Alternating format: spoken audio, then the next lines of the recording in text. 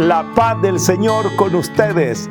Dios nos ha dado el don de la perseverancia. Y aquí estamos. Yo listo para predicar y ustedes están listos para escuchar. Y cuando la palabra de Dios es la que nos une, va a ocurrir algo maravilloso, porque Dios nos da su palabra para iluminarnos, para fortalecernos, para mostrarnos todo lo que Él tiene para nosotros. Y hoy voy a desarrollar el tema en la barca de Pedro. Es una invitación que Jesús nos hace a subir con Él a la barca de Pedro, que es el símbolo de la iglesia.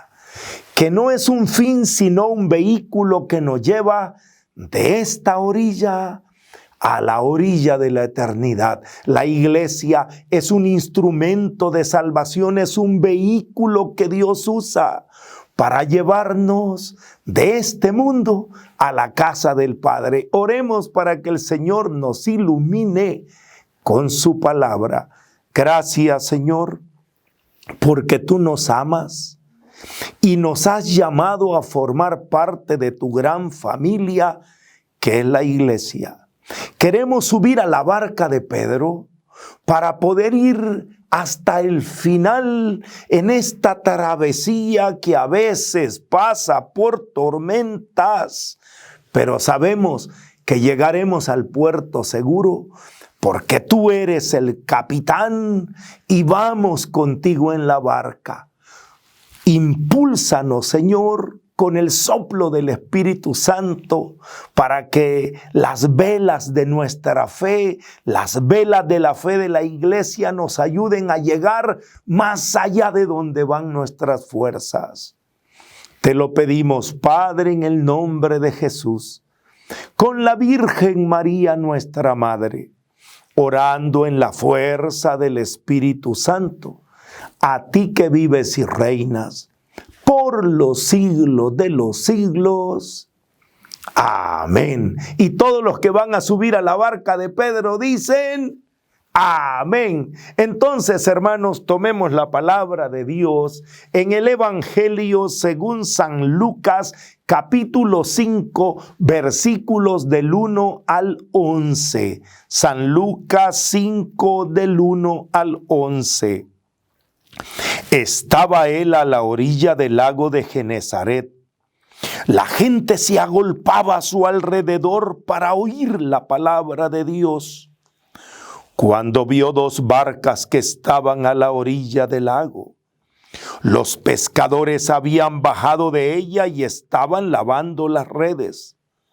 Subiendo a una de las barcas, que era la de Simón, le rogó que se alejara un poco de la tierra y sentándose enseñaba desde la barca a la muchedumbre.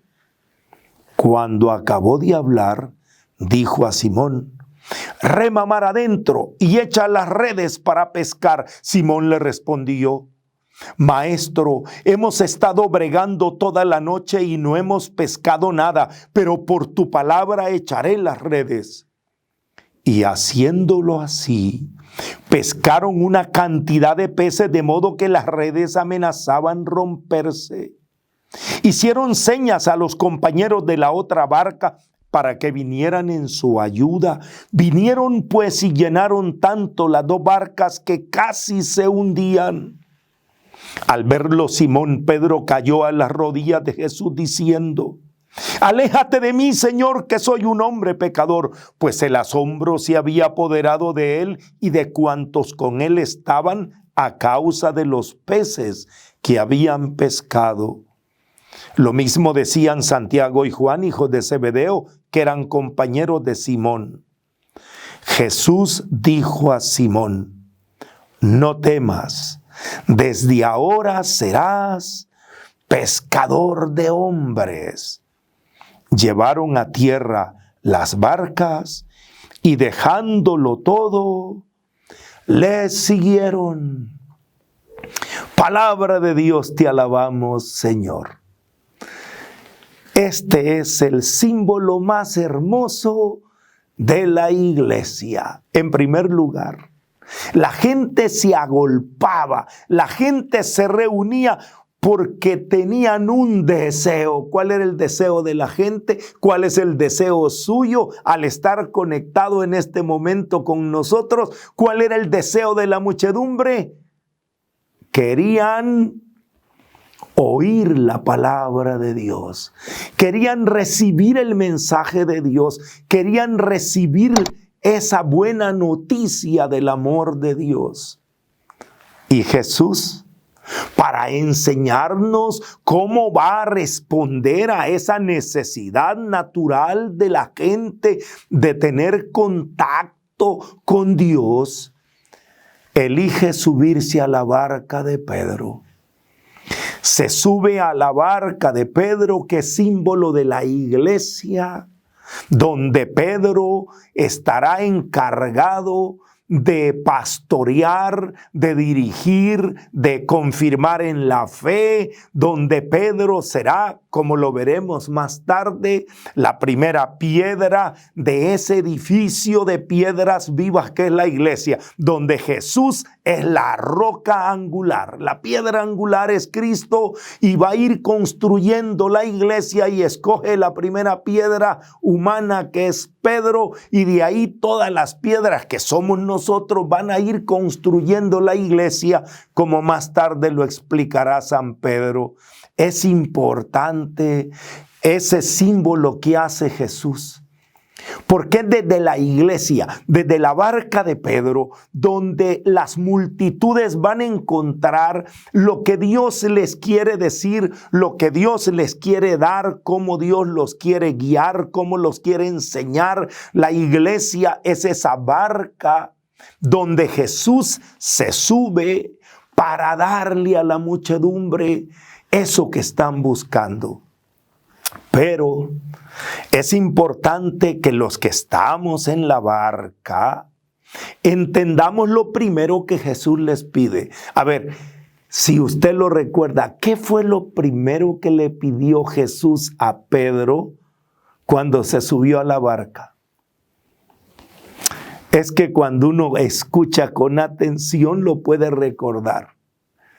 Lo voy a leer de nuevo. Dice: cuando acabó de hablar, dijo a Simón: rema mar adentro y echa las redes para pescar. Lo primero que le pide Jesús es que se alejen de la orilla, que ya no esté la barca a la orilla, sino que remen mar adentro, que echen la red para pescar.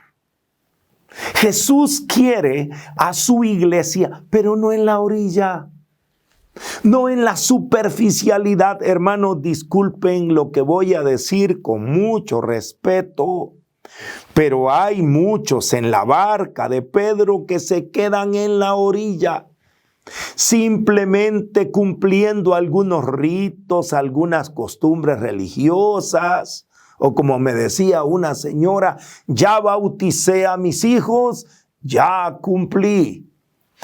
Otro decía: ya fui a misa, ya cumplí. Se quedan en la orilla de una vida de aparente religiosidad, en una orilla de un gris pragmatismo en el que se vive la fe, pero no en la parte más honda.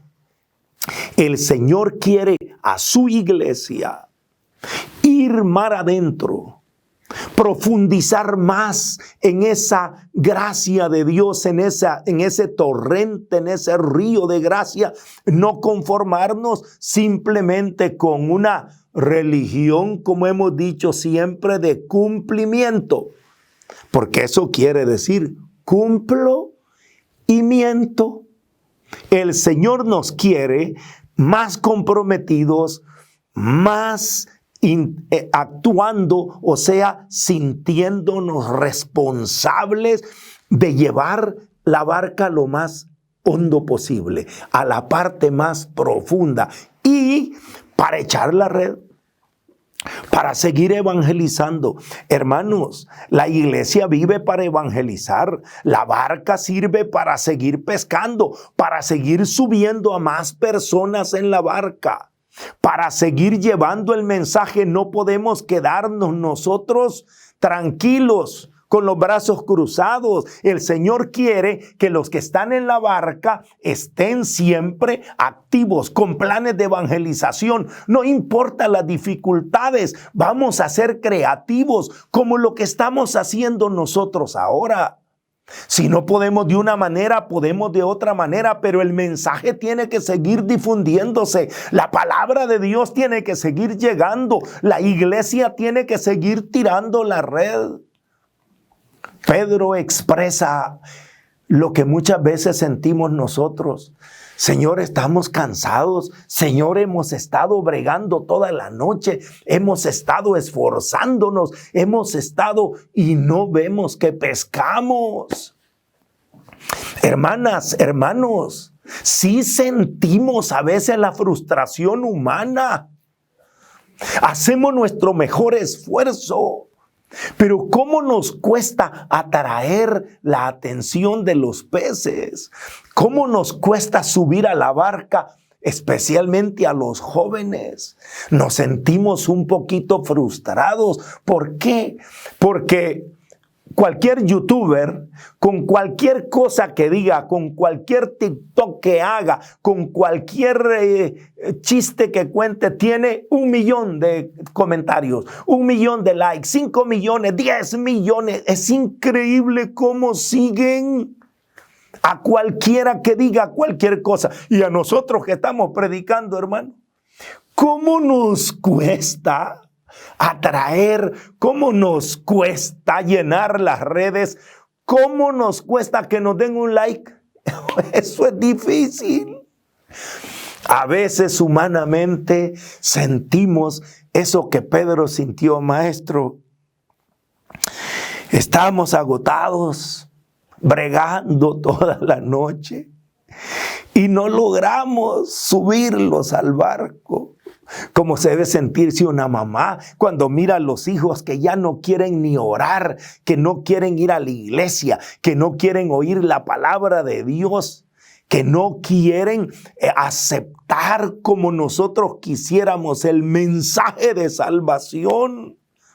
Como nos sentimos ante nuestros amigos, a veces un poco frustrados, pero el Señor dice, tiren de nuevo la red. Y Pedro, que es el que representa a la iglesia, el pastor visible de la iglesia, nos dice cuál debe ser nuestra actitud. Él dice, Señor, voy a olvidar mi cansancio, voy a olvidar mis cálculos humanos, voy a olvidar mi fracaso, pero en tu nombre, en tu palabra, porque tú lo mandas, porque tú nos animas, porque tú nos acompañas, porque tú estás en la barca.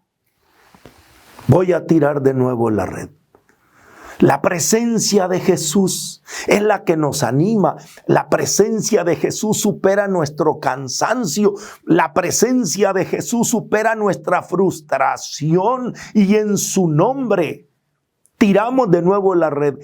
Es lo que estamos haciendo. Seguimos evangelizando, seguimos orando, seguimos proclamando el mensaje de salvación. Y el Señor respalda ese esfuerzo. El Señor respalda nuestro deseo. El Señor respalda nuestra predicación y dice que la red se llenó. Yo confío en que todo el trabajo que estamos haciendo, todo el trabajo que está haciendo la iglesia, va a tocar el corazón de las nuevas generaciones. Tenemos que orar para transmitir la fe de siempre, el amor que le hemos tenido a Jesús, la certeza de que Él está con nosotros a las nuevas generaciones que van a ir subiéndose a la barca. Yo tengo mucha esperanza, como Jesús le va a decir a Pedro, que vea el futuro con esperanza. Nosotros vemos un futuro maravilloso, un futuro lleno de aceptación del mensaje. Yo me alegro porque cada vez más jóvenes se reportan, cada vez más jóvenes nos dan like, cada vez más grupos juveniles nos invitan para un Zoom de su grupo, cada vez más. Y cuando he podido llegar en vivo a las conferencias donde voy a las iglesias, veo jóvenes, veo niños, es algo maravilloso. Debemos ver ese futuro lleno de peces. Pero el Señor nos da una lección grande, que le hicieron señas a los compañeros de la otra barca. Y la Iglesia Católica, que es la barca de Pedro, hace puentes de comunión con las demás formas de creer, hermano. Hay muchas otras maneras, hay muchos otros queriendo subir a la barca, subir a los peces, ayudar a los hombres a encontrar sentido a su vida. Dios bendiga el trabajo que hacen, especialmente nuestros hermanos cristianos no católicos, pero el trabajo también que hacen los creyentes no cristianos, lo que están haciendo los judíos, lo que hacen los musulmanes, que a veces ellos con sincero corazón están deseando lo mejor para la gente, una vida más ordenada, una vida más ética, una vida más llena de fe. Hay muchos, incluso hombres, que de buena voluntad están también ellos en sus barcas, están luchando. La iglesia no desprecia el esfuerzo de ninguna otra barca. La iglesia no desprecia el esfuerzo de aquellos que esperan lo mejor para los hombres, que luchan por un futuro más lleno de humanidad, de solidaridad, más lleno de respeto, de valores, más lleno de entusiasmo por la vida. Nosotros simplemente le hacemos señas para que se unan. La iglesia tiende vínculos de comunión y por eso la iglesia invita a orar y hay jornadas de oración por todos los creyentes, por todos los cristianos, para que el esfuerzo de todos que queremos llevar salvación a los hombres, que a veces se quedan hundidos en la tecnología, en el consumismo, a veces en la búsqueda de un placer superficial, le tendemos la mano para subirlos a una vida más plena, más consciente, una vida más llena de frutos, una vida sobre todo que les haga consciente que estamos en la barca. Y como dije al comienzo, la barca no es el final. Nadie se sube a un barco para vivir en el barco. El barco sirve solo para llegar a un lugar, a un puerto. Esa es la invitación. No te quedes hundido en este mundo, no te quedes en la orilla de este mundo. Súbate al barco porque de aquí vamos a la orilla de la eternidad. ¿Qué es lo que pasó al final de esta historia? Dice que cuando llegaron a la orilla, dejaron toda la pesca y se fueron con Jesús. ¿Qué quiere decir eso?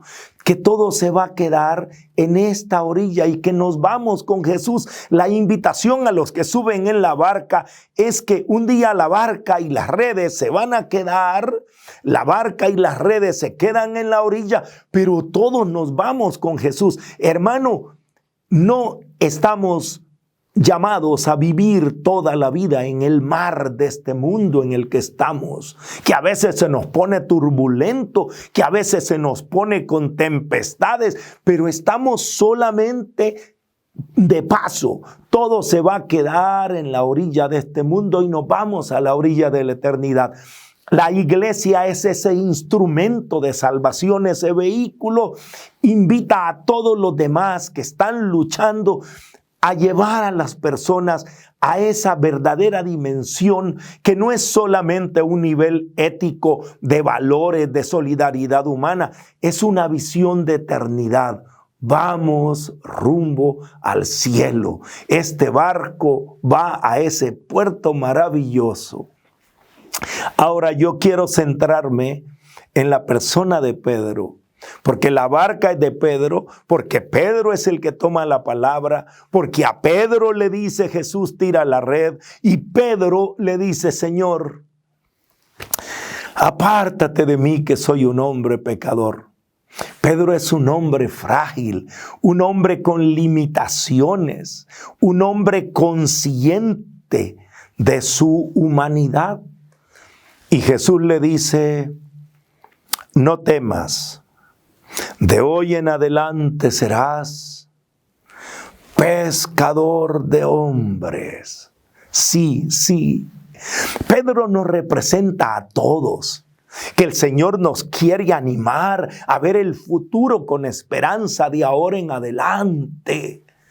Pero Pedro es el pastor visible de la iglesia, es el hombre a quien el Señor quiere llamar y le quiere dar a él esa responsabilidad, como está expresado en San Mateo capítulo 16, versículos del 17 al 19. San Mateo capítulo 16, versículo 17, cuando Jesús le ha preguntado a los discípulos, ¿quién dice la gente que es el Hijo del Hombre? ¿Quién dicen ustedes? Y Pedro toma la palabra y hace aquella declaración de fe cuando le dice, tú eres el Cristo, el Hijo de Dios vivo.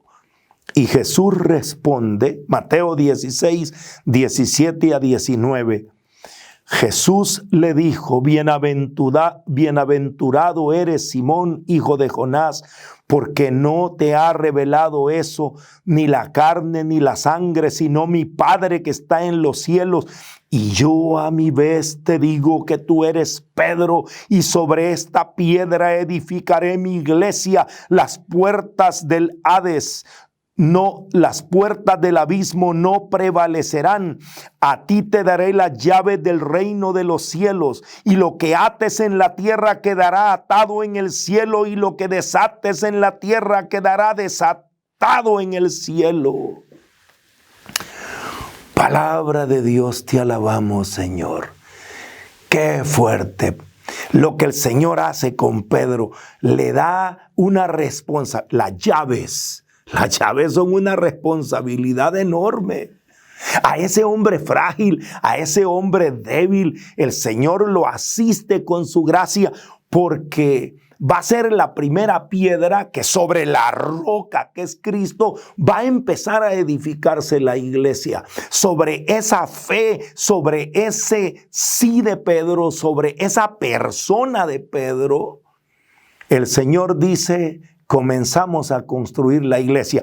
Pedro está consciente, y más tarde, cuando escribe en la primera carta de Pedro, capítulo 2, versículos 4 y 5, nos dice que el Señor quiere hacer una iglesia de piedras, pero de piedras vivas, de la cual él, Pedro, es el primero sobre la roca que es Cristo, la roca angular que es Cristo. La primera piedra humana de la iglesia va a ser Pedro, pero él dice, todos estamos llamados a ser piedras en esta construcción. Primera de Pedro, capítulo 2, versículos del 4 al 5. Acérquense a él, piedra viva, desechada por los hombres, pero elegida y preciosa ante Dios. También ustedes, cual piedras vivas, entren en la construcción de un edificio espiritual para un sacerdocio santo, para ofrecer sacrificios espirituales aceptos a Dios por mediación de Jesucristo. Palabra de Dios, te alabamos, Señor. Sí, Jesús es la roca, Pedro es la piedra. Nosotros también somos piedras vivas en la construcción de este edificio espiritual que es la iglesia. Qué hermoso que diga que es hecho de piedras, porque las piedras son irregulares. La iglesia no está hecha de ladrillos, no está hecha de bloc, que serían personas todas iguales. Los ladrillos son iguales. las piedras son diferentes y en la iglesia tenemos que ir acomodándonos como un buen albañil va poniendo las piedras para hacer un muro, le va buscando la cara, la forma, cuál queda mejor. Así en la iglesia no es tan fácil, hermano, pero juntos construimos ese edificio espiritual que es un sacerdocio santo donde ofrecemos sacrificios, sobre todo el sacrificio que Jesús nos dejó, el de su cuerpo y de su sangre, un sacrificio espiritual para que seamos siempre fortalecidos con su presencia. Qué hermoso es ser parte de ese edificio que es la iglesia, una iglesia dirigida por Jesús a través de la mano de Pedro, porque Jesús, que es el pastor, que es el buen pastor que quiere unir, tengo otras ovejas, pero voy a reunirlas en un solo rebaño bajo un solo pastor. Jesús es el pastor, pero él pone a Pedro como pastor humano, como pastor visible. Y esto quiero que capten con mucha atención lo que voy a leer del Evangelio según San Juan, capítulo 21, versículo del 15 al 17. Después de haber comido, dice Jesús a Simón Pedro: Simón de Juan, ¿me amas más que estos? Le dice él: sí, Señor, tú sabes que te quiero. Le dice Jesús: apacienta mis corderos. Vuelve a decirle por segunda vez: Simón de Juan, ¿me amas? Le dice él: sí, Señor, tú sabes que te quiero. Le dice Jesús: apacienta mis ovejas. Le dice por tercera vez: Simón de Juan, ¿me quieres? Se entristeció Pedro que le preguntara por tercera vez: ¿me quieres? Y le dijo: Señor, tú lo sabes todo. Tú sabes que te quiero. Le dice Jesús: apacienta mis ovejas. Palabra de Dios, te alabamos, Señor. Con esta triple declaración de amor, queda perdonada, queda sellada la triple negación. ¿Qué quiere decir eso? Que a pesar de la fragilidad humana de Pedro, a pesar de esa condición de hombre pecador, como él le dijo: apártate de mí, Señor, Jesús lo sabe, lo llama para que sea el pescador de hombres, para que sea el pastor de la iglesia, para que sea la piedra donde la cual va a empezar a edificarse sobre la roca que es Cristo, esa iglesia que es un edificio espiritual. Qué maravillosa figura. Pero Pedro es constituido pastor visible del rebaño. Y Pedro asume esa responsabilidad. A ti te daré las llaves. Y él tiene esa autoridad. Ahora, el Señor respalda la autoridad de Pedro. Si ustedes leen en el libro de Hechos de los Apóstoles, en el capítulo 5, qué manera de respaldar la autoridad de Pedro cuando Ananías y Zafira, aquel matrimonio que venden su propiedad y quieren engañar a Pedro y a los demás diciendo que le dieron menos dinero del que reportaban. Ustedes pueden leer toda la historia. Lo único que quiero es que escuchen las palabras de Pedro. Es Hechos de los Apóstoles, capítulo 5, versículo del 13 en adelante. Vamos a leer hasta el versículo 4. Es suficiente. 3 y 4.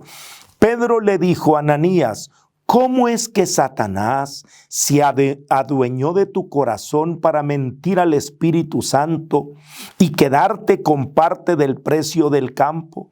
¿Es que no era tuyo mientras lo tenías y una vez vendido no podría disponer del precio? ¿Por qué determinaste en tu corazón hacer esto? No has mentido a los hombres, sino a Dios. Y sigo leyendo un versículo más. Al oír a Ananías estas palabras, cayó y murió. Palabra de Dios, te alabamos, Señor. ¡Wow! Pedro tiene una autoridad tan grande que representa a Cristo aquí en la tierra y le dice: tú me estás mintiendo a mí, no es a mí. Estás queriendo engañar al Espíritu Santo, estás queriendo engañar a Dios, estás queriendo mentir delante de Dios. Obviamente, Pedro no es Dios, pero él representa visiblemente esa presencia de Jesús. Y el Señor respalda con las palabras de Pedro. Él muere y más tarde, si siguen leyendo, entra la esposa de ese hombre y le pregunta a Pedro: ¿en cuánto vendieron el campo? En tanto, dice. ¿Por qué se han puesto de acuerdo para engañar al Espíritu de Dios? Ahora caerás muerta. Y muere. ¿Cómo puede un hombre, si solo Dios es el único que puede dar la muerte o la vida? Es solamente respaldado por el poder de Dios. ¿Y por qué Jesús respalda de esa manera a Pedro? Porque es el que lo representa. Porque es la autoridad, porque es el pastor visible. Él es el encargado por Jesús, no solo de apacentar el rebaño, sino de confirmar en la fe a sus hermanos. Y Pedro tiene esa autoridad, él lo sabe, y cuando él escribe en su primera carta de Pedro, en el capítulo 5, versículos del 1 al 4, le escribe a todos los pastores. Fíjense que Pedro es el pastor de los pastores, el anciano de los ancianos, el presbítero de los presbíteros, la cabeza de ese cuerpo de líderes de la iglesia es Pedro. Por eso él los exhorta en la primera carta de Pedro, capítulo 5, versículos del 1 al 4, dice: a los ancianos que están entre ustedes los exhorto yo, anciano como ellos, testigo de los sufrimientos de Cristo y partícipe de la gloria que está por manifestarse. Apacienten la grey de Dios que les está encomendada, vigilándola no forzado, sino voluntariamente según Dios, no por mezquino afán de ganancia, sino de corazón, no tiranizando a los que se les toca cuidar, sino dándoles modelo a la grey. Y cuando aparezca el mayoral, recibirán la corona de gloria que no se marchita. Palabra de Dios, te alabamos, Señor. Pedro se siente responsable de cuidar no solo a las ovejas, sino a los pastores de la iglesia. Él tiene la autoridad. Además, él advierte que muchas personas están interpretando torcidamente las escrituras. Oigan esto, qué delicado es. Pedro, respaldado por esa autoridad, el encargado de mantener la fe, de velar, de tener las llaves, le advierte a los cristianos que no se desvíen de la verdadera fe en Cristo. Él es garantía de la verdadera interpretación de la palabra de Dios. Está en la segunda carta de Pedro, capítulo 3, versículos 15 al 17. Oigan, segunda de Pedro, capítulo 3, versículo 15 al 17.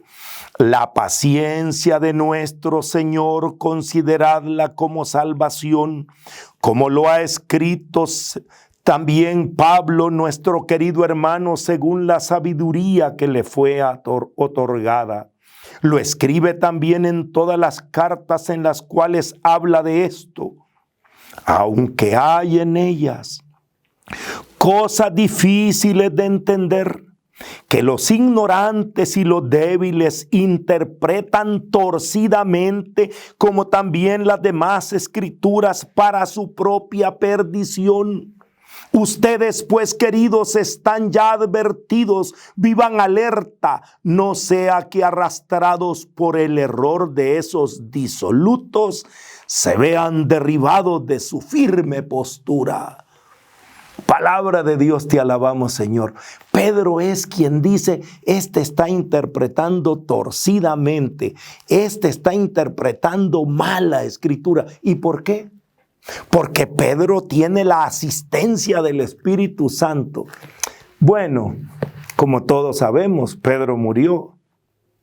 Pero no muere con Pedro esa función de presidir en el amor a sus hermanos. No muere con Pedro. Recuerden cuando el apóstol San Pablo escribe a Timoteo en la segunda carta a Timoteo, en el capítulo 2, versículos del 1 al 2.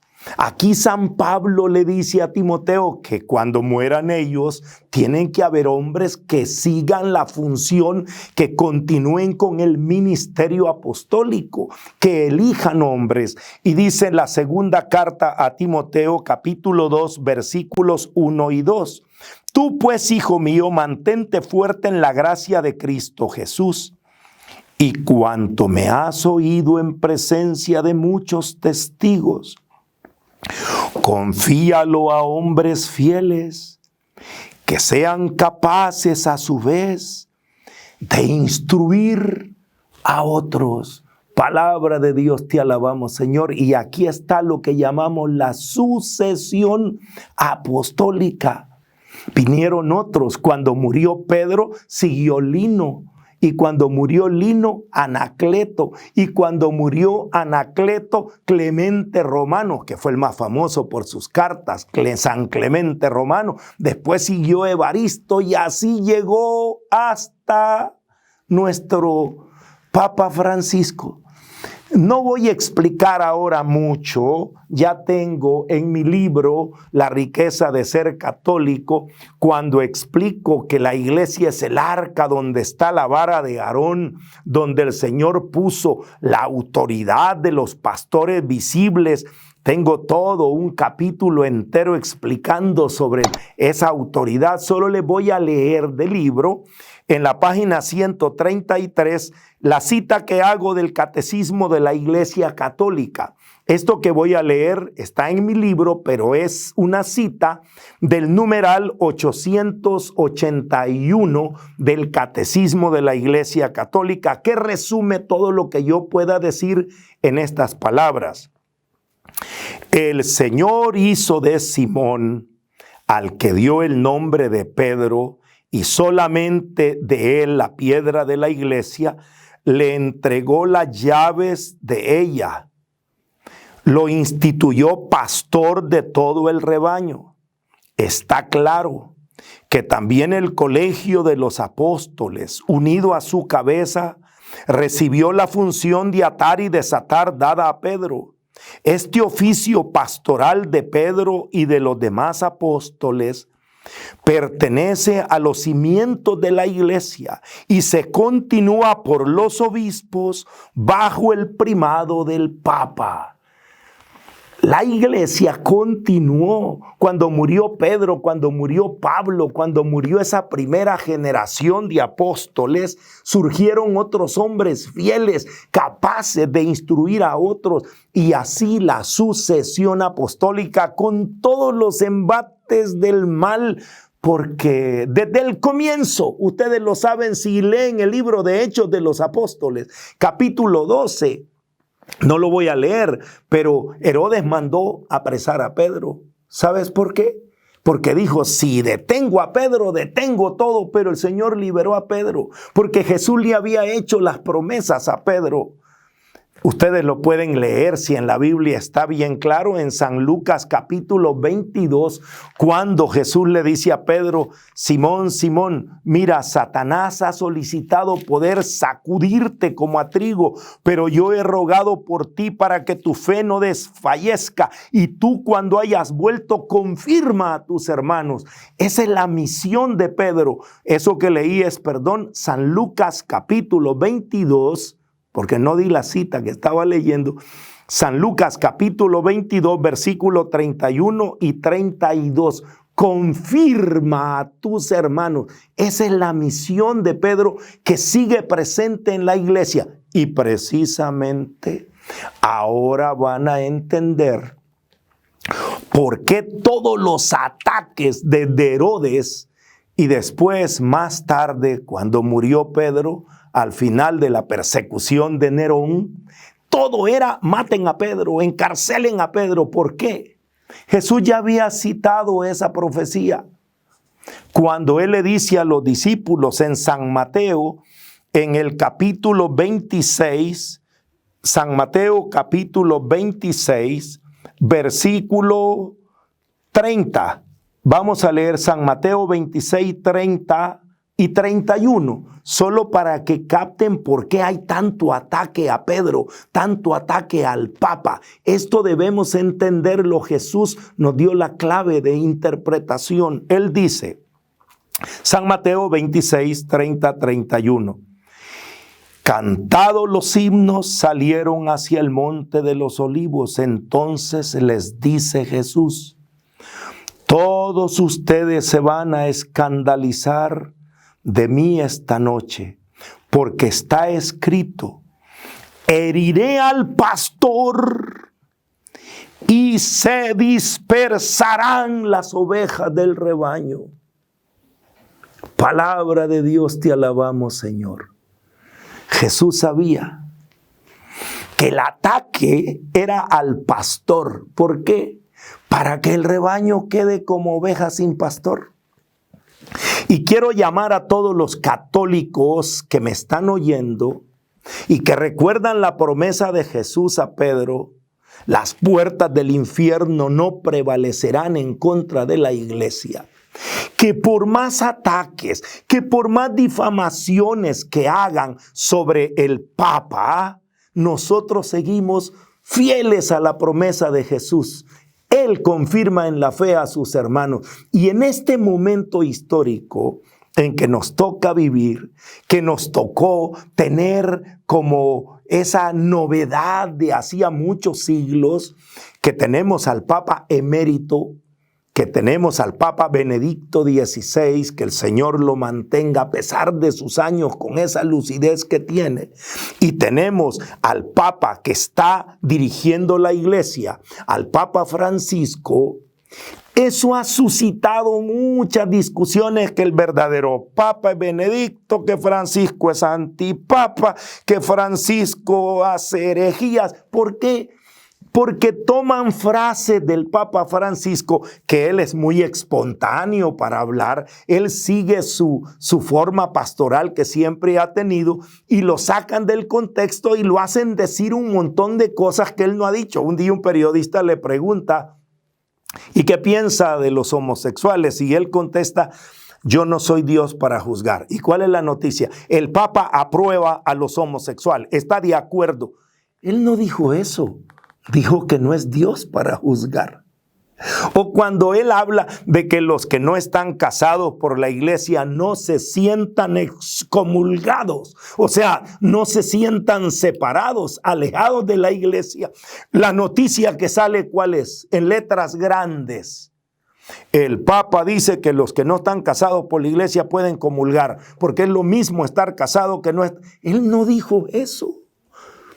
Él dijo, no se sientan excomulgados. Cuando el Papa está hablando de la Virgen María y dice que la veamos como una mujer, que la veamos como un discípulo, como una madre, que no nos entretengamos hablando de cosas que solo ella pudo hacer, de todos esos privilegios y dogmas, y dice, dejémonos de tonteras, hablemos de la Virgen cercana a nosotros. ¿El título cuál es? El Papa dice que los dogmas son tonteras. Hermano, el Papa cuando dijo dejémonos de tonteras no se refería a los dogmas, se refería a que nosotros a veces nos vamos poniendo el marco de la Virgen. Los que han oído todas mis prédicas de la Virgen saben que yo insisto en los privilegios de la Virgen. La Virgen es el modelo, es la madre. El Papa quiere hacerla cercana a nosotros, no lejana a nosotros. Hay que entender ese deseo pastoral. El Papa Francisco dice que los pastores deben tener olor a ovejas, estar en medio del rebaño. Él dice que uno de los problemas que han habido en iglesia es que tenemos pastores alejados del pueblo. Y él dice, yo los quiero ver en la periferia, los quiero ver ensuciándose, los quiero ver metidos. Y a muchos no les gusta eso. Entonces atacan al Papa. ¿Por qué? Porque él viene a enseñar un nuevo estilo de ser pastor en la iglesia. Cierto. A veces él, por su forma, usa frases que tal vez debería ser más prudente, pero todos lo hacemos. A mí se me va.